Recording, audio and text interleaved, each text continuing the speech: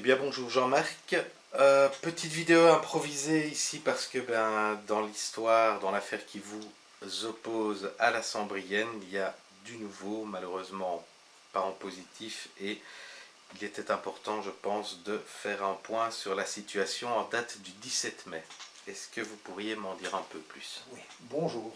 Bon, en date donc du 17 mai aujourd'hui, je suis officiellement SDF, donc placé sur la rue, sur le trottoir, voilà, pour des raisons purement administratives, sans ménagement.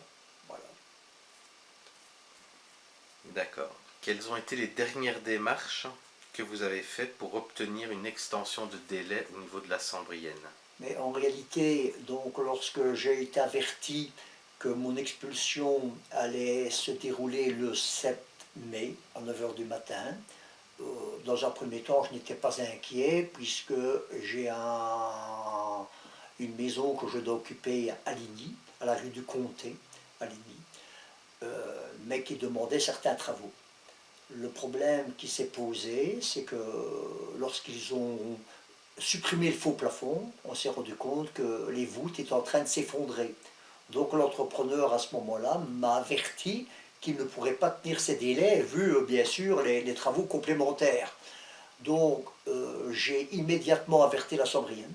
J'ai envoyé un courrier à la Sambrienne pour leur demander un délai supplémentaire en leur expliquant la situation. Je n'ai pas reçu de réponse. Je suis allé en date du 5 du 3, donc le 5 mars, je suis allé voir un avocat en demandant qu'il écrive lui-même aussi pour essayer d'avoir un délai. Donc l'avocat a écrit, mais n'a pas reçu de réponse. Donc le 28 du 4, il me prévient que personne ne lui a encore répondu. Donc ce que je fais à ce moment-là, je profite de la fête du 1er mai que pour me rendre à Charleroi, j'interpelle le bourgmestre en réalité, qui me dit tu as bien fait de venir, tu as bien fait de m'en parler. Le bourgmestre me présente au niveau président de la Sambrienne. Je lui explique un peu en vite en deux mots la situation. Lui me dit qu'il connaît le dossier, qu'il a d'ailleurs la lettre m'appartenant dans sa poche et qu'il verra ça donc le lundi, le lendemain. Et qu'il revient vers moi en positif ou en négatif. Bon, je dis ça va, ok, qu'il ne me promet rien, ce qui est tout à fait logique, donc voilà. Et puis j'ai plus de réponse, quoi.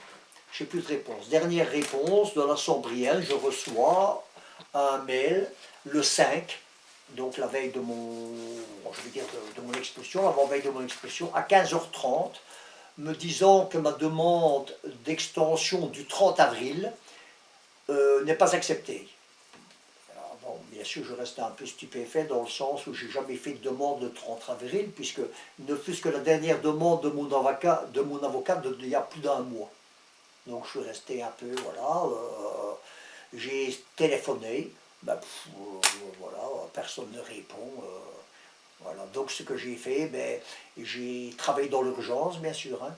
Donc j'ai dû tout déménager dans l'urgence, mettre mes animaux en sécurité.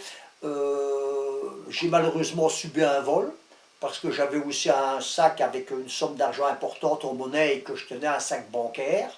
Bon, est-ce qu'on a été suivi ou pas suivi? On n'en sait rien. Toujours est-il que, bien sûr, j'ai été volé aussi.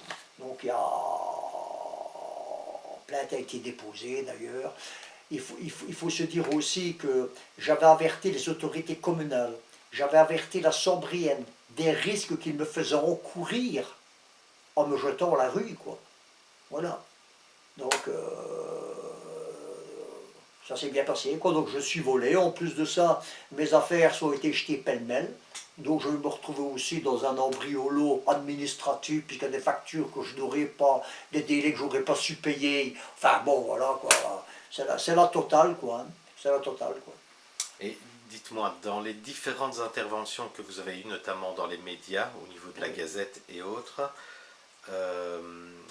la Sambrienne explique qu'elle vous a proposé des alternatives de logement pour ne pas vous mettre à la rue.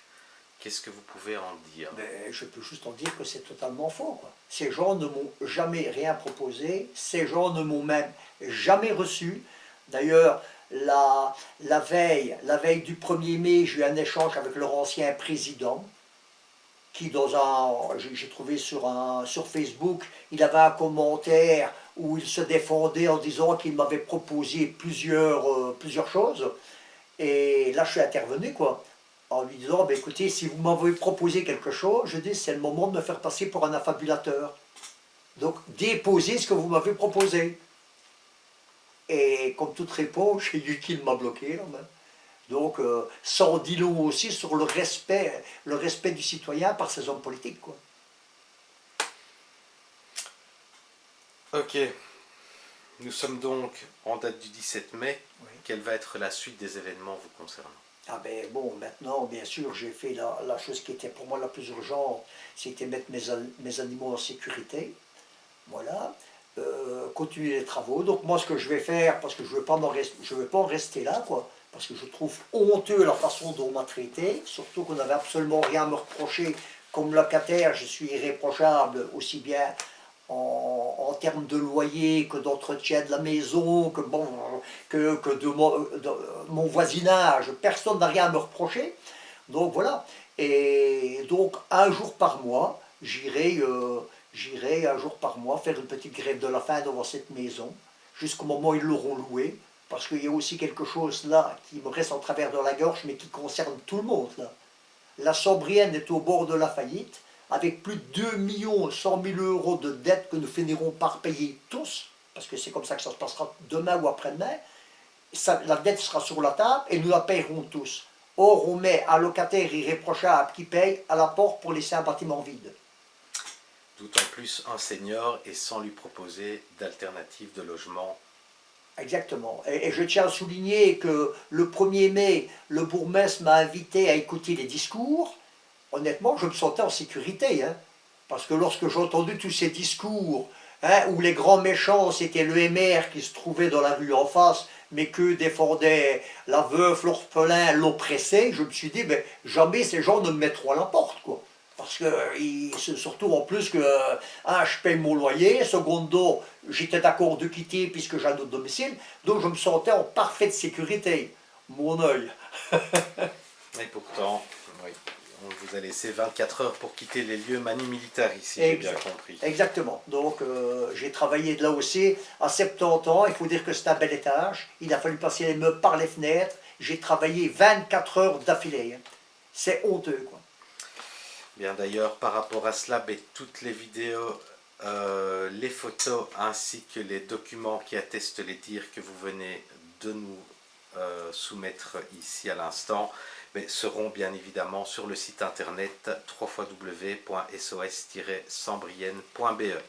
Un grand merci à vous Jean-Marc et en espérant évidemment que tout ça trouve une issue un peu plus paisible vous concernant. Merci beaucoup.